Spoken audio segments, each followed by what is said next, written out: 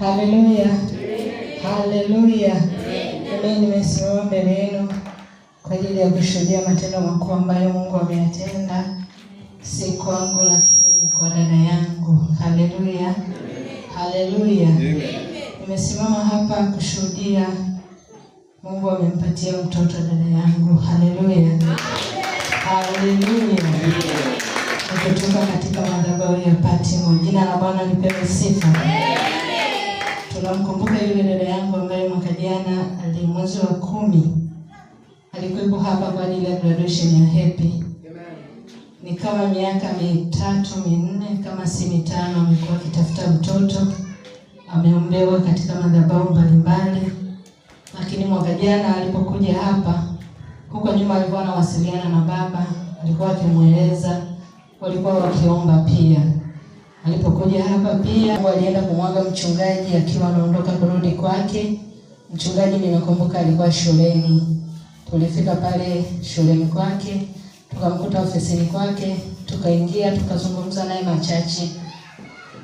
Kwa hali ya kawaida mimi niliona mchungaji ameomba kawaida sana. Lakini yale maombi yameleta muujiza. Dada yangu amejifungua leo na siku ya 3 kama si ya 4 na amejifungua mtoto wa kiume. Haleluya. Amen. Sipigie Yesu makofi.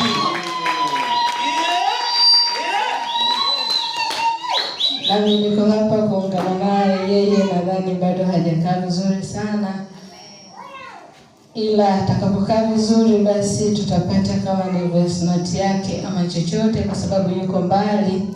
Na nina imani ataongea na baba, ila mimi nimeona nisikae kimya kwa sababu ni mtu ambaye tulikuwa tunashirikiana naye kwa maombi, kumshauri, kumtia moyo. Ninamtukuza Mungu wa madhabahu ya Patimo kwa sababu nimemuona na anaendelea kutenda kwa ukuu. Ongeza tena makofi kwa Bwana.